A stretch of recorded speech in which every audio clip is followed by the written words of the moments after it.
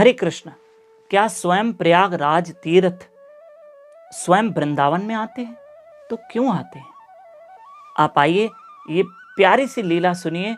कृष्ण कथा में सभी भक्तों का स्वागत है। 3 सितंबर 2022 और दिन है शनिवार का, और कल संडे 4 सितंबर राधा रानी का जन्म उत्सव है। अरे उतना ही भाव रखना जितना कृष्ण जन्माष्टमी में रखा था।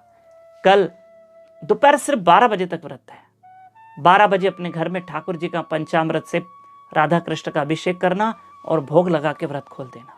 और कल सुबह 4:30 बजे ब्रह्म मुहूर्त में प्लीज उठना, यूट्यूब चैनल दामोदर दास पे लाइव रहकर मेरे साथ जप करना और राधा रानी की महिमा सुनना। कल 4 सितंबर राधा रानी का जन्मदिन है। आइए, एक दिन नंद बाबा और यशोदा माता कपड़ों की पोटली उठा के प्रयागराज में जा रहे थे, तीर्थ में दर्शन करने, त्रिवेणी में नहाने। प्रयागराज में क्या है? गंगा, जमुना और सरस्वती का मिलन है, और स्नान करने जा रहे।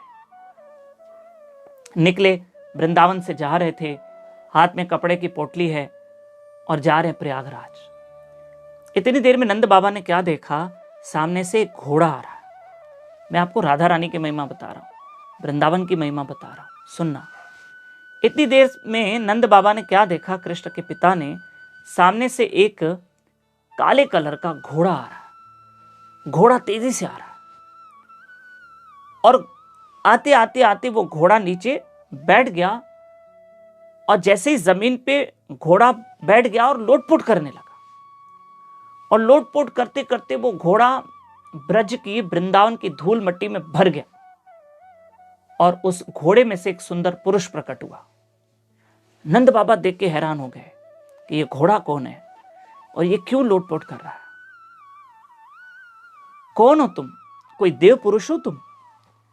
नंद बाबा ने पूछा। तब उसने कहा, हाँ मैं प्रयागराज हूं। तुम प्रयागराज हो? हाँ मैं तीर्थ प्रयागराज हूं।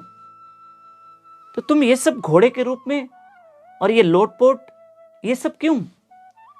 कहा, मैं तीर्थ प्रयागराज हूं, मुझ में 3 नदियों का संगम है, गंगा, जमुना, सरस्वती, और लोग उसमें नहाते हैं और अपने पाप छोड़ के जाते हैं।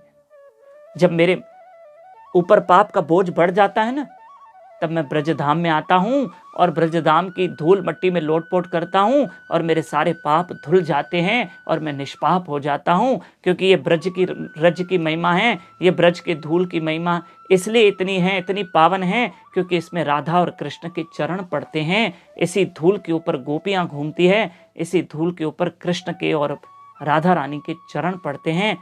प्रयागराज ने कहा, मैं अपने पाप धोने यहां आता हूं। बोलो वृंदावन धाम की जय।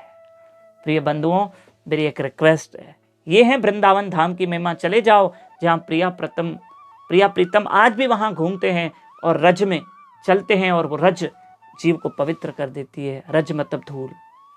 मेरी डेली हमारी कथा चल रही है 1 सितंबर से 4 सितंबर डेली।